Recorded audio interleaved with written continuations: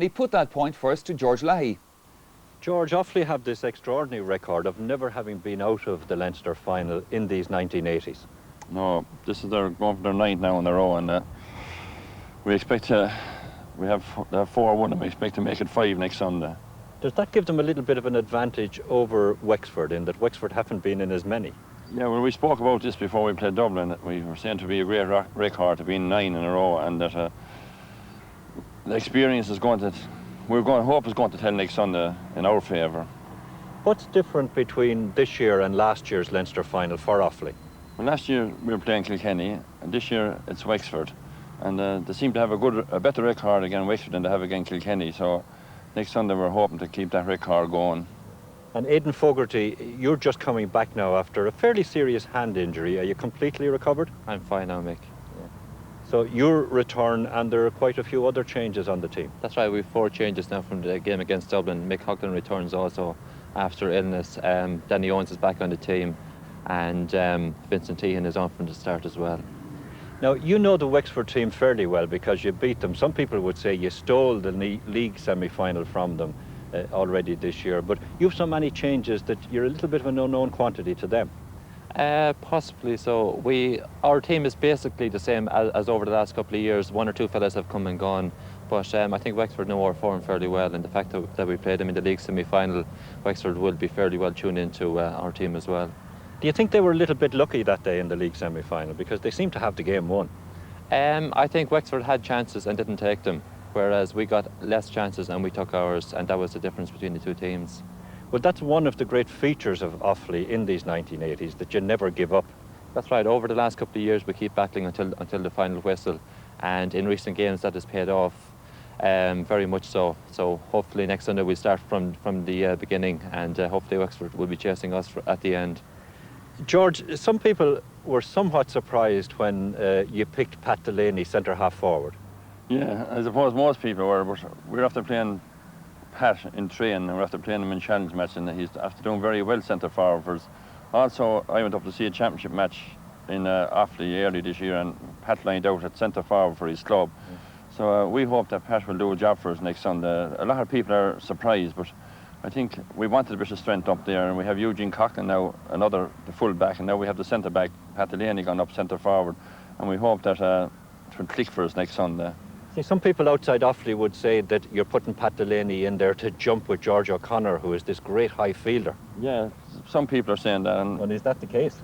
I won't say whether it's the case now or not, but we have him up there for a job anyway next Sunday, and I have no doubt that Pat will be able to do it. Well, we'll be hearing what the Wexford mentors think of that move in a few minutes. But first, though, let's look at Wexford's path to the final.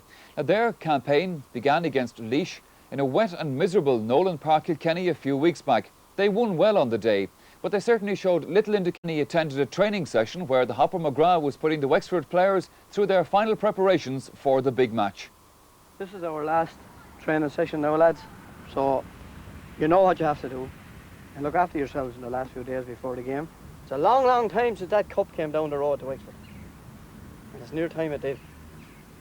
Every one of you fellas are after being around, after being almost there, after being defeated, and knowing that the crowd come back from Wexford, back to Wexford from Croke Park, disappointed. This year we've something going. Let's finish it. Let's finish it properly. Hopper, you were talking there about how long it is since Wexford won the Leinster title. In fact, you're hungry for success down here. Oh, there's no doubt about that. Hurling there's a great pride in hurling in Wexford. You know, even go back to 1910, and of course, looking back that far isn't any real help. But at least it lets you know that hurling is a long-standing game in Wexford. And then coming up to the Nicky Rackard era, Lord have mercy on him, there was a great pride in Wexford, and that had slightly laxed in recent years. Why do you think it was? I mean, in your own time, and in you and Christie's time, there was a certain amount of success, but then there was this awful gap. Well, it'll be difficult to put a reason on that. Probably, maybe complacency. You know, there's a great background in areas in Wexford for hurling. You know, but it's not through county-wide. You know. Christy, now that you have qualified for the Leinster Final after 4 years, what's the enthusiasm like throughout the county? Well, at the moment, Mick, it's great down here at the moment. It's like going into an All-Ireland for Wexford people.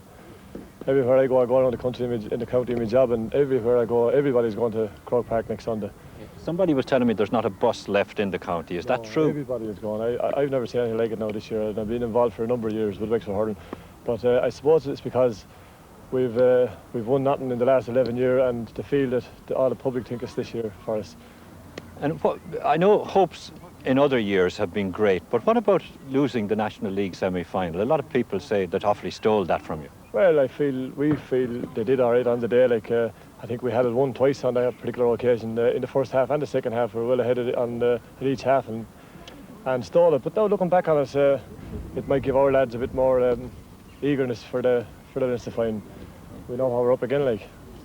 There are quite a few changes on the Offaly team since. What about Pat Delaney being shoved in centre half forward? Yeah, well, that was a bit of a surprise to us actually. No, I don't know whether Pat ever played there even in club hurling. I know he does actually, yeah, and played recently in club hurling. Yeah, well, okay, it's still a surprise to us here in Wexford to see him shifted in. Okay, he's a big man, and you need a big man in that position, and I suppose he's the ideal man for that position for Offaly. Well, we'll find out tomorrow if the plan works indeed, if that's the way Offaly line out against Wexford. Now there'll be an additional presentation made at Croke Park tomorrow. It is this special Millennium Medallion. Now these will be presented to each of tomorrow's captains at both minor and senior. However, this is really what it's all about tomorrow, the Leinster Senior Hurling Trophy. Who will be lofting this at around 5 o'clock tomorrow evening? Well, it all remains to be seen. And in fact, it can all be seen tomorrow night on the Sunday game. Also on the programme, we'll have the results of our Kerry Videos competition, and Enda Colleran is taken to task for remarks made on the programme last week. Well, don't miss it, but if you do, remember that our repeat programme on Monday evening is also on RTE2. A game to look forward to tomorrow. Let me give you some cricket and racing news. Derbyshire suffered something of a setback to their hopes of victory in today's Benson and Hedges final against Hampshire at Lords. The 28-year-old pace bowler Steve Jeffries boosted Hampshire's chances with a devastating 4 wickets from 8 balls to pull Derbyshire from 27 to no wicket to 32 for 4. Our latest information from Lords is that Derbyshire at lunch have increased their total to 80 for 6. And one intrepid punter this morning placed a cash bet of £10,500 on the Irish Oaks favourite Diminuendo with the Sean Graham organisation. The bet was laid at 3 to 1 on, and there's a man with confidence for you, or a woman, who knows. We wish them luck. We'll be back after this short break.